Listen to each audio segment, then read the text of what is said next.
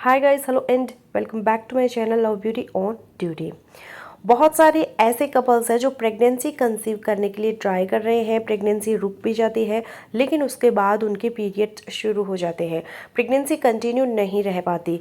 कई बार ऐसा होता है कि पीरियड डेट मिस होने से पहले ही आपको प्रेगनेंसी जैसे सिम्टम्स आते हैं। आपको 100% लगता है कि मैंने इस महीने शायद प्रेगनेंसी कंसीव कर लिया है, लेकिन आपकी पीरियड डेट मिस होते ही एक आध दिन बाद आपको पीरियड्स है वो शुरू हो जाते हैं। तो ऐसा होता क्यों है?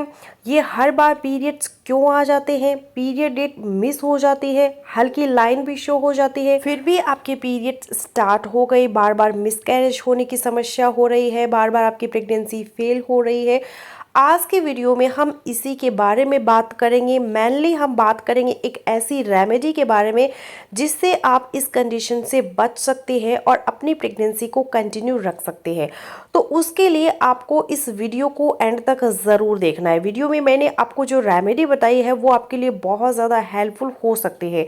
बहुत सारी महिलाओं ने इससे कंसीव किया है और अपनी प्रेगनेंसी को कंटिन्यू करके आज एक हेल्दी बेबी को डिलीवर किया है। देखिए, आज के टाइम में हर महिला ये चाहती है कि उनकी प्रेगनेंसी नेचुरली कंसीव हो, लेकिन हर चीज़ सबके साथ पॉसिबल नहीं हो पाती है। इसलिए हो सकता है कि उनकी प्रेगनेंसी नेचुरल कंसीव ना हो, लेकिन फिर भी दवा लेने के बाद भी ये कंडीशन क्यों हो रही है, इस कंडीशन को क्या कहते हैं। तो मेनली मैं आपको बता देती हूँ, इस कंडीशन को हम कहते हैं इम्प्लांटेशन फेलियर। कई बार आपकी प्रेगनेंसी रिपोर्ट्स है वो नॉर्मल होती है, आपके हस्बैंड की रिपोर्ट्स है वो नॉर्मल होती है, आपके पीरियड्स टाइम पर आते हैं, साइकिल एकदम रेगुलर होता है, आपका एग भी टाइम से बनता है, एग रैप्चर भी टाइम से होता है, लेकिन फिर भी जैसे ही आपके पीरियड्स स्कीप होते हैं 2 से 3 दिन बाद आपके पीरियड्स है वो शुरू हो जाते हैं। और कई बार ऐसा होता है कि आपकी बॉडी में बीटा HCG का लेवल थोड़ा सा बढ़ता है और उसके बाद आपके पीरियड्स शुरू हो जाते हैं। तो ये सारी जो कंडीशन है वो इम्प्लांटेशन फेलियर को बताती है। इम्प्लांटेशन फेलियर क्या होता है?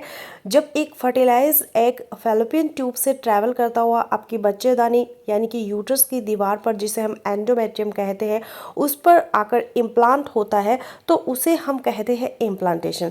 लेकिन जब वो इम्प्लांट पूरी तरीके से नहीं हो पाता, अपनी जगह नहीं ले पाता, तो उसे हम कहते हैं इम्प्लांटेशन फेलियर। ये इम्प्लांटेशन फेलियर होने के बहुत सारे कारण हो सकते हैं। हो सकता है आपको PCOD PCOS की कोई प्रॉब्लम भी हो सकती है, आप ओबेसिटी की शिकार भी हो सकते हैं, कभी कभी न्यूट्रिशन की कमी की वजह से भी आपको इम्प्लांटेशन फेलियर देखने के लिए मिल सकता है। अगर आपकी बॉडी में एक्सेसिव हिट है तो भी आपका इम्प्लांटेशन फेलियर हो सकता है। अगर आप बहुत ज़्यादा स्ट्रेस लेते हैं या फिर आपके हार्मोन डिस्टर्ब हो गए हैं, उससे भी थायराइड या फिर हाइपरप्रोलेक्टिनीमिया की वजह से भी आपका इम्प्लांटेशन फेलियर हो सकता है। या फिर आपके रिप्रोडक्टिव सिस्टम में कोई स्ट्रक्चरल प्रॉब्लम हो गई है, जैसे कि एंडोमेट्रियोसिस या फिर फाइब्रॉइड। यह दोनों ही यूट्रस की जो लाइनिंग होती है, जिसे हम एंडोमेट्रियम कहते हैं, जहाँ भ्रूण यानी कि एम्ब्रियो आकर इम्प्लांट होता है, उस पर असर डालते हैं और इसी की वजह से आपका इम्प्लांटेशन फेलियर होने के चांसेस है वो बढ़ जाते हैं। कई बार इम्यून सिस्टम डिसऑर्डर की वजह से भी आपका इम्प्लांटेशन फेलियर हो सकता है, जैसे कि एंटी फॉस्फोलिपिड सिंड्रोम। इस कंडीशन में खून के थक्के जम जाते हैं और उससे क्या होता है, जो प्लेसेंटा है जिससे पोषण बच्चे को मिल रहा था या एम्ब्रियो को मिल रहा था, उस पोषण में डिस्टरबेंस हो जाता है, उसकी डेवलपमेंट में दिक्कत आ जाती है, जिसकी वजह से पोषण ना मिलने की वजह से, प्रॉपर न्यूट्रिशन ना मिलने की वजह से जो एम्ब्रियो है वो ग्रो नहीं कर पाता, अपनी जगह नहीं ले पाता और इम्प्लांटेशन फेलियर देखने के लिए मिलता है। फेलियर को रोकने के लिए आपको सबसे पहले इसके कारणों पर ध्यान देना है। आपको देखना है कि यह इम्प्लांटेशन फेलियर आखिर आपको क्यों हो रहा है। बॉडी हीट की वजह से हो रहा है, हार्मोन डिस्टरबेंस की वजह से हो रहा है, या कोई स्ट्रक्चरल प्रॉब्लम है, फाइब्रॉइड है, एंडोमेट्रियोसिस है। अगर आपने इन सब कारणों पर ध्यान दिया तो आप डेफिनेटली अपने इम्प्लांटेशन फेलियर को, बार बार मिसकैरेज होने की समस्या को रोक सकते हैं। साथ ही आपको इस रेमेडी को लेना है। यह आपकी एक रेमेडी है, आपके हार्मोन को बैलेंस करेगी, आपकी बॉडी में अगर ओवर हीट है तो उसको भी ठीक करेगी। तो यह रेमेडी है सौंफ का पानी। जी हाँ, सौंफ का जो गुण होता है वो शीतल होता है, ठंडा होता है। यह अगर आपकी बॉडी में बहुत ज़्यादा हीट होगी तो उसको डायरेक्ट कम करेगी। साथ ही अगर आपको ओबेसिटी की प्रॉब्लम है तो ठीक करेगी। लेकिन अगर आपका इम्प्लांटेशन फेलियर हो रहा है तो यह कैसे काम करती है, इसके फाइटोस्ट्रोजेनिक इफेक्ट इफेक्ट हमारे हार्मोन को बैलेंस करेगा, और जब हमारे हार्मोन बैलेंस हो जाएंगे तो इम्प्लांटेशन सक्सेसफुल होने के चांसेस बढ़ जाएंगे। अगर किसी को पीसीओडी पीसीओएस की कोई प्रॉब्लम है या उनके पुअर ओवेरियन रिस्पॉन्स है तो भी आप सौंफ का पानी ले सकते हैं। ये आपकी फर्टिलिटी को इम्प्रूव करके आपके जो ओवेरियन फंक्शन होते हैं उसको अच्छा करता है, कंसीव करने में हेल्प करता है, इम्प्लांटेशन फेलियर को रोकता है।